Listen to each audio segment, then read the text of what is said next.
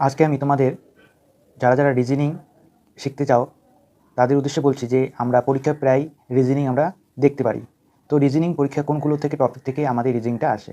যাই হোক, আমি এই ভিডিওতে একদম শর্টের মধ্যে তার সিলেবাসটা আমি একবার তোমাদের সামনে দেখিয়ে দেবো যে রিজনিং কী টপিক থেকে আসে।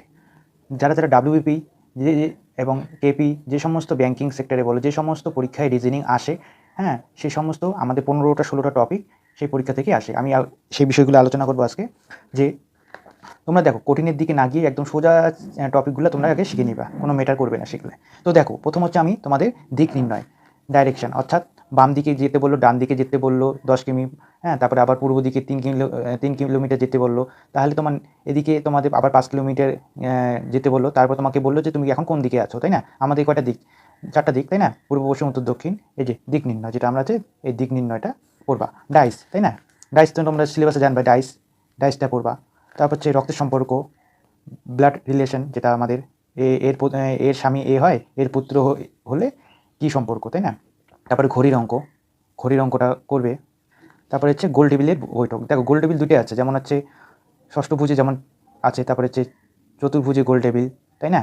তারপরে এই সেটটা গোল টেবিল। আবার কেউ আবার কেন্দ্রের দিকে মুখ করে রয়েছে 6 জন, কেন্দ্রের দিকে হবে, আবার কেন্দ্রের বাইরের দিকে রয়েছে এই ধরনের সিটিং অ্যারেঞ্জমেন্টটা পড়বে গোল টেবিলের বৈঠক। এটা খুব গুরুত্বপূর্ণ। এবং হচ্ছে নাম্বার সিরিজ, তারপর হচ্ছে অ্যালফাবেট সিরিজ, তারপর হচ্ছে র্যাঙ্কিং, উপর দিক থেকে 3 নাম্বার, তারপর নিচের দিক থেকে 4 নাম্বার হলে কত হবে এটা। তারপর হচ্ছে তোমাদের ওয়াটার ইমেজ এবং আয়নার দর্পণ, এটা। তারপর মিসিং নাম্বার আছে, লুপ্ত সংখ্যা। যেমন এখানে আছে, যেমন এখানে মিসিং আছে, এখানে 2, 3, 4 যোগ করলে কত হবে বা গুণ করলে কত হবে, এখানে ফাঁকা একটা সংখ্যা থাকবে, এইরকম। সিলোজিজম, ক্যালেন্ডার, পেপার ফোল্ডিং, হ্যাঁ, তারপর হচ্ছে ভেনচিত্র, তারপর হচ্ছে ত্রিভুজ। এখন কোনগুলো গুরুত্বপূর্ণ, কোনগুলো গুরুত্বপূর্ণ নয়। গুরুত্বপূর্ণর মধ্যে আমি বলছি যে দিক নির্ণয় খুবই গুরুত্বপূর্ণ, এটা খুব সহজ। ডাইসটাও গুরুত্বপূর্ণ, ব্লাড রিলেশন এটা গুরুত্বপূর্ণ, এখানে 3 নাম্বার আসে। আর দিক নির্ণয় থেকে 2 নাম্বার আসে, ডাইস থেকে 1 নাম্বার আসে। আর ঘড়িটা অতটা ইম্পর্টেন্ট নাই। আর সিটিং অ্যারেঞ্জমেন্টটা 4 থেকে 5 নাম্বার কোশ্চেন আসে, আর 4টা থেকে 5টা প্রশ্ন আসবেই।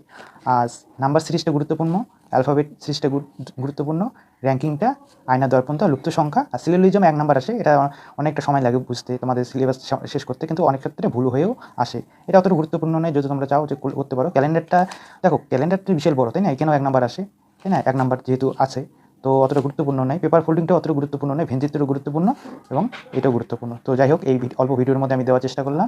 তো ডাব্লিউবিপি যারা পরীক্ষার্থী রয়েছে, তোমরা এটা ট্রাই করতে পারো। এই কয়টা টপিক? 15টা, আমি 15টা দিলাম।